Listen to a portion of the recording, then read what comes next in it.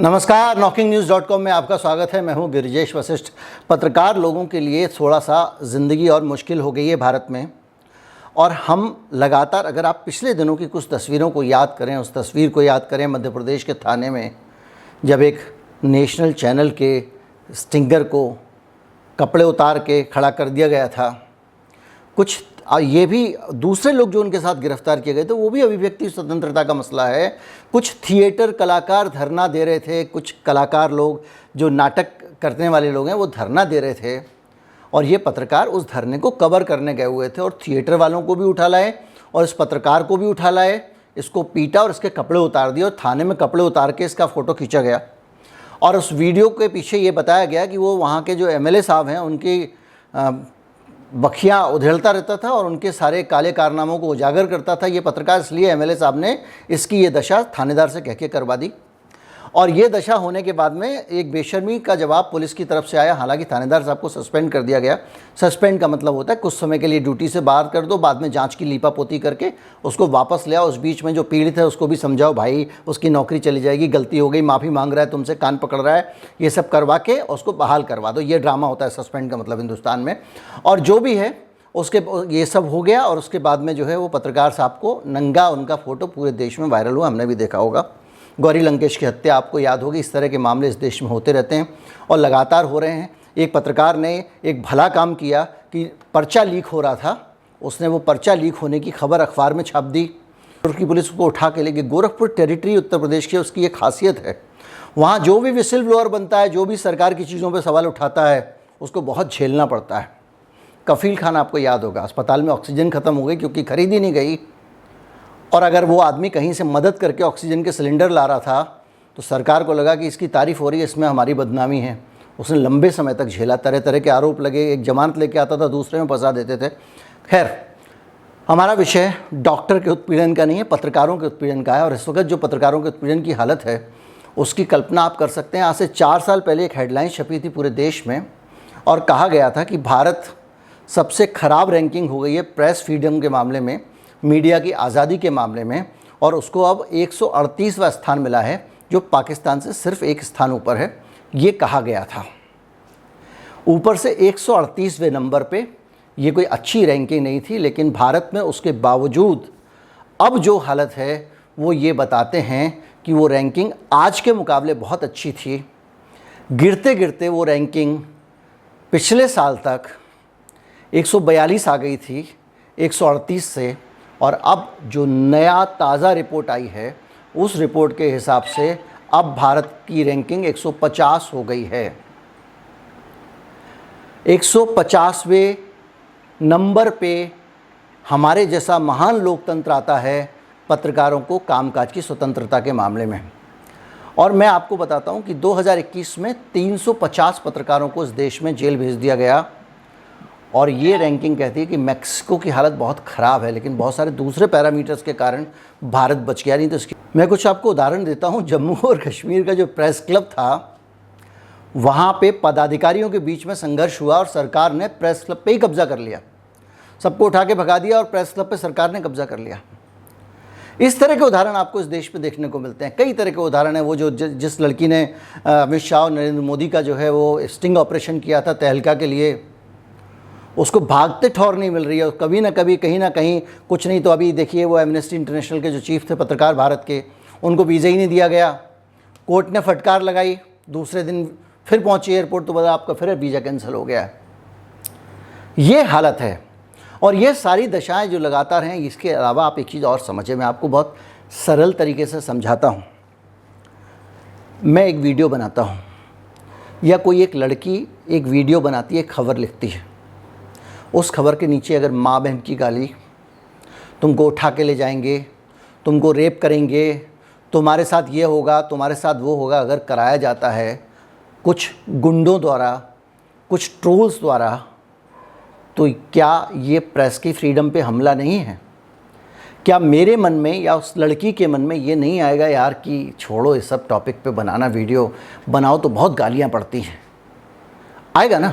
इतना मुश्किल हो गया है मीडिया के लिए खबरें कवर करना। आप फील्ड में कवर करने के लिए जाएंगे, वहाँ पे पुलिस वाले आपको कोऑपरेट नहीं करते हैं, कई जगहों पे भीड़ खदेड़ देती है। और वो किसी भी पक्ष की भीड़ हो सकती है। वो आज तक की पत्रकार गई हुई थी वहाँ पे अलीगढ़ में घटना कवर करने के लिए, इतना नारे लगा के उनको लौटा दिया।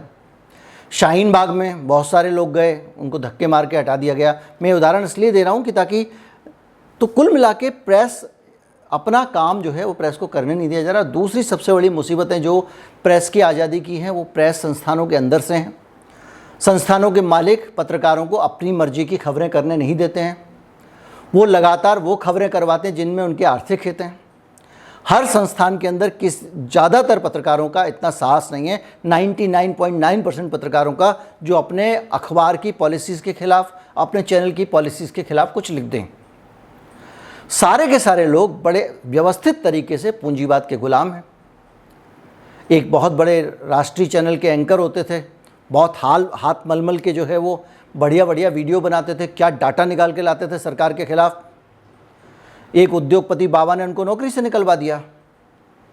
एक और पत्रकार होते थे जिन्होंने बड़ी थप्पड़ मार रिपोर्ट बनाई थी कि किस तरह से उत्तर प्रदेश में कोविड के दौरान मजदूरों के साथ दुर्व्यवहार हुआ और वो पैदल करके जा रहे थे तो उनकी मार्मिक दशा क्या थी। उनको भी एक नेशनल चैनल ने निकाल दिया। आजकल सब लोग, हम लोग यूट्यूब पे वीडियो बना रहे हैं। तो इस तरह की चीज़ें जो हैं लगातार हो रही हैं। ये प्रेस की स्वतंत्रता पे ही हमला है। अगर एक आदमी को आप बोलने से रोक रहे हो, भले ही आप उसका मुंह नहीं पकड़ रहे हो, उस पर दबाव डाल रहे हो कि वो ना बोले, उसको जेल में डाल देते हो कि उसने खबर क्यों छापी। मिड डे मील की खबर, मिड डे मील में नमक और चावल दिया जा रहा है, इस बात पे किसी पत्रकार को डाल दिया गया। और छोटे मोटे कानून नहीं लगाते हैं, बड़े बड़े कानून लगाते हैं। ये स्थिति इस देश में चल रही है। तो इसलिए आपकी स्थिति इंडेक्स में इतनी खराब है। और इन सारी परिस्थितियों के बीच में भी पत्रकार महामारी कवर करने जा रहा है, निकाल के डाटा ला रहा है कि भाई साहब मौत के आंकड़े आप कुछ और बता रहे थे, यहाँ तो अस्पताल का रजिस्टर कह रहा है शमशान घाट का कि इतनी लाशें जलाई गई, आपके रिकॉर्ड में तो ये दिख रहा है। इस सब के बावजूद उस अखबार पे आप छापा डाल देते हो। जो हिंदुस्तान की टैक्स एजेंसीज जाके उस अखबार को कब्जा कर लेती हैं। ये स्थितियाँ सारी की सारी भारत में हैं। और इससे बहुत बड़ा मुश्किल काम ये हो गया है कि काम करना, आप सोचिए कि अगर मान लीजिए आप सोशल मीडिया पे काम कर रहे हैं, दूसरा सूचना के खतरे दूसरी तरह के भी हो गए हैं। झूठी खबरें इतनी, धर्मेंद्र बीमार हो गए, मर गए धर्मेंद्र, निकाल दिया। उससे पहले दिलीप कुमार साहब को 4-5 बार मार चुके थे। कोई भी हिंदुस्तान में बीमार हो जाए, मर गए। ये सोशल मीडिया पे जो जहरीला फेक न्यूज़ फैलाने वाले लोग हैं, इन सारी चीज़ों ने मिला के जो सूचना की आज़ादी है, जो प्रेस की आज़ादी है, मीडिया की आज़ादी है, उस पर बुरा असर डाला। उसके अलावा और भी बहुत सारे पहलू हैं। पत्रकारों को मिलने वाले वेतन भी इसकी एक वजह है।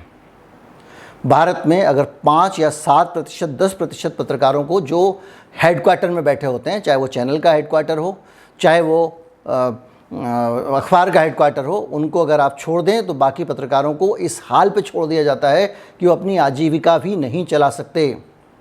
अगर एक ज़िले का पत्रकार अपनी खबर नहीं छाप सकता, उसके कपड़े उतार के थाने में खड़ा कर दिया जाता है, तो आप इससे अंदाज़ा लगाइए कि वो आदमी अपना काम कैसे करेगा। और ये तो वो स्थिति है। दूसरी स्थिति और भी है कि अखबार भी उसको पारिश्रमिक इतना कम देता है कि उसके लिए घर का खर्चा चलाना मुश्किल है। और जब आप उसको पैसे नहीं देते हैं तो वो करप्ट होने लगता है। जैसे ही वो थोड़ा बहुत इधर उधर करप्ट होता है, पूरी जो प्रेस की आज़ादी है वो ठप से ख़त्म हो जाती है, क्योंकि वो आदमी अब निष्पक्ष खबर नहीं छापेगा। आपके देश ने उसको एक निष्पक्ष खबर का वातावरण नहीं दिया। आपने सच्ची पत्रकारिता का वातावरण नहीं दिया। मैं जिन चैनल्स में रिपोर्टर्स की नियुक्ति किया करता था, मेरी कंडीशन थी कि आपको काम करना पड़ेगा। महीने के 20,000 रुपये से कम की खबरें अगर आप इकट्ठी करेंगे, आप मेरे जो सहयोगी जहाँ पे भी उनसे पूछ लीजिए, तो मैं आपको अपनी टीम से अलग कर दूंगा। मेहनत करिए, पैसे कमाइए, क्योंकि अगर आप हमसे पैसे नहीं कमाएंगे तो आप समाज के आगे हाथ फैलाएंगे और आप पत्रकारिता से समझौता करेंगे। अकड़ के चलिए, किसी की चाय नहीं पीनी है। तो ये वातावरण इस देश में, हमारा जो मीडिया संस्थान है वो खुद ही नहीं थी, हालत और भी ख़राब होती। जो rights and risk analysis group है, उसके आंकड़े बताते हैं कि भारत में पत्रकारों की हालत कितनी ख़राब है ये आप आसानी से देख सकते हैं। इसमें जो प्रेस फ्रीडम रिपोर्ट आई है उसके अनुसार अकेले 2021 में कम से कम 6 पत्रकारों की हत्या कर दी गई। 108 पत्रकारों और 13 मीडिया घरानों को भारत में निशाना बनाया गया। ये स्पष्ट आंकड़ा है। 2021 में उत्तर प्रदेश में और बिहार में 2-2 पत्रकार मार दिए गए, जबकि आंध्र प्रदेश और महाराष्ट्र में 1-1 पत्रकार की मौत की खबर आई है। भारत में 6 पत्रकार 2021 में मारे गए हैं और इसके अलावा सबसे ज़्यादा 25 पत्रकारों को निशाना बनाया गया है। और जो जम्मू कश्मीर के थे, जम्मू कश्मीर में पत्रकार सबसे ज़्यादा निशाने पर हैं। उत्तर प्रदेश का नंबर इसके बाद आता है, वहाँ 23 पत्रकारों को निशाने बनाया गया, जम्मू कश्मीर से सिर्फ 2 कम। और 121 पत्रकार और मीडिया हाउस इस बार निशाने पर लिए गए हैं। 24 में से 17 लोग जिनके ऊपर उत्पीड़न हुआ है उनको पुलिस ने पीटा है और जम्मू कश्मीर पुलिस ने सबसे ज़्यादा पत्रकारों की पिटाई की है, ये आंकड़े कहते हैं। और इसमें 24 आंकड़े जो हैं, 24 हमलों के आंकड़े हैं, जिसमें बड़ी संख्या में पुलिस वाले शामिल माने गए हैं। 44 पत्रकारों के खिलाफ FIR दर्ज की गई है, पत्रकारों के खिलाफ इस देश में, और कुछ के खिलाफ 1 से ज़्यादा FIR दर्ज की गई हैं। उत्तर प्रदेश में सबसे ज़्यादा 9 पत्रकारों के खिलाफ FIR दर्ज की गई हैं। इसके बाद जम्मू कश्मीर और दिल्ली दोनों में 6-6 पत्रकारों को FIR का सामना करना पड़ा है। दोनों ही केंद्र शासित प्रदेश हैं। जम्मू कश्मीर में भी उपराज्यपाल हैं, दिल्ली में भी उपराज्यपाल हैं। दिल्ली की पुलिस भी केंद्र सरकार के पास है, अमित शाह गृह मंत्री उसके इंचार्ज हैं। तो जो सबसे बुरी स्थिति है पत्रकारों की वो है 0 से 40 पॉइंट जिनके आए हैं उन देशों में जो डार्क ऑरेंज दिखाई दे रहे हैं। इन देशों में चीन आता है, उत्तर कोरिया आता है और भी बहुत सारे इस तरह के देश आते हैं जिनको कहा जाता है डेमोक्रेसी नहीं है जहाँ पे। दूसरे नंबर पे जो डार्क ऑरेंज कलर वाले देश हैं वो कहलाते हैं डिफ़िकल्ट कंट्रीज़, जिसमें 40 से 55 पॉइंट्स जो लोग ला रहे हैं वो देश हैं। और इन देशों में भी भारत है और भारत भी काफ़ी नीचे है। यानी आप सोचिए आपका 150वां नंबर है पूरे देश में जो रैंकिंग है। हमसे भी बेहतर होते हैं जो प्रॉब्लमेटिक एरिया हैं जिनको लाइट ऑरेंज कलर से दिखाया गया है इस नक्शे में, और उससे भी बेहतर हैं जिनको 70 से 85 पॉइंट मिले हैं जो येलो कलर से दिखाए गए हैं, और वहाँ पे स्थिति सेटिस्फैक्ट्री है। लेकिन जो गुड कंडीशन है वो 5 देशों में है, और वो 5 देश जो हैं उनमें जिनमें जो ग्रीन कलर से दिखाई दे रहे हैं उन 5 देश जिनमें गुड कंडीशन है वो सारे के सारे नॉर्डिक कंट्रीज़ हैं, जिसमें नॉर्वे है, स्वीडन है, नीदरलैंड है। जब आप पूरा इसकी बात करते हैं प्रेस फ्रीडम की तो आपको मैथडोलॉजी समझनी बहुत ज़रूरी है, क्योंकि पहले जब सरकार पे आरोप लगा तो सरकार ने कहा कि नहीं उनका सैंपल साइज़ ठीक नहीं है, वो उसको सर्वे समझ रहे थे। तो मैं आपको बताऊं कि ये जो संस्था है रिपोर्टर्स विदाउट बॉर्डर्स, ये किस तरह से आपके देश की फ्रीडम का अंदाज़ा लगाती है। इनके पास एक्सपर्ट पैनल होता है और उसमें पूरे 180 देशों के और टेरिटरीज़ के जो एक कैलेंडर ईयर होते हैं उसके पूरे के पूरे इवेंट्स को उठाया जाता है, और जब भी देखते हैं कहीं पे कुछ चेंज हो रहा है सिचुएशन में उसका वो असेसमेंट करते रहते हैं। उसके बाद में वो टेरिटरीज़ जो होती हैं उनकी स्कोरिंग करते हैं, और स्कोरिंग करने के लिए 2 चीज़ें होती हैं। एक होता है क्वालिटेटिव टैली ऑफ एब्यूजेस, दूसरा quantitative tally of abuses. Abuses में क्या क्या आता है, पकड़ के पत्रकार को बंद कर दिया, कुछ पत्रकारों की हत्या हो गई, खबर के कारण कुछ लोगों को मार दिया, जैसे गौरी लंकेश को मार दिया, कुछ पत्रकारों को काम करने से रोका गया, कुछ को जेल में डाल दिया, किसी के ऊपर मुकदमे कर दिए गए।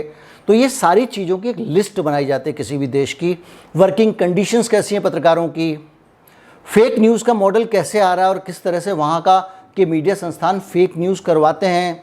इन सारी चीज़ों को लेके ये लोग अपने एब्यूज़ेस की लिस्ट बनाते हैं, फिर उसका क्वांटिटी और क्वालिटी का एनालिसिस करके, और फिर ये जो है वो एक्सपर्ट पैनल इनका ग्रेडिंग देता है। और इनके जो ग्रेडिंग होती है वो आप देखिए, नक्शा वैसे मैं आपको दिखाता हूँ, वो दिख रहा होगा।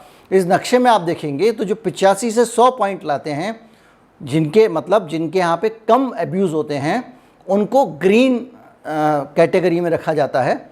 जो 70 से 85 पॉइंट लाते हैं उनको सेटिस्फैक्ट्री कैटेगरी में रखा जाता है।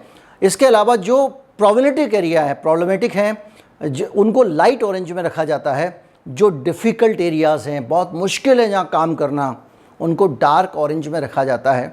और भारत को डार्क ऑरेंज में ऐसे देश में रखा गया है जहां काम करना बहुत मुश्किल है, पत्रकार के लिए बहुत परेशानियां हैं। और एक होता है जो 0 से 40 पॉइंट जहां पे आते हैं, वो है वेरी सीरियस और डार्क रेड पॉइंट। उम्मीद करता हूँ वीडियो आपको अच्छा लगा होगा। अच्छा लगा हो तो ज़्यादा से ज़्यादा लोगों तक पहुँचाएँ, चैनल को सब्सक्राइब कर लें। याद रखिए, हम आप तक जो भी सूचनाएं पहुँचा रहे हैं तब तक ही पहुँचा रहे हैं जब हम मानसिक रूप से स्वतंत्र हैं, शारीरिक रूप से स्वतंत्र हैं। जिस दिन हमको डराया जाएगा, धमकाया जाएगा, कुचला जाएगा, तो आप तक पहुँचने वाली सूचनाएं सबसे पहले प्रभावित होंगी। मीडिया की आज़ादी का मतलब ही ये है कि सरकार की और सिस्टम की आलोचना करने की आज़ादी। चमचागिरी करने के लिए तो आज़ादी की ज़रूरत नहीं है। तो इसलिए आपका साथ भी बहुत ज़रूरी है। इस तरह की सूचनाओं को जो कंसर्न हो मीडिया की आज़ादी से जुड़े हुए, ज़्यादा से ज़्यादा लोगों तक पहुंचाना चाहिए। इस वीडियो को भी ज़्यादा से ज़्यादा शेयर करें। उम्मीद करता हूं वीडियो अच्छा लगा होगा। नमस्कार, जय हिंद।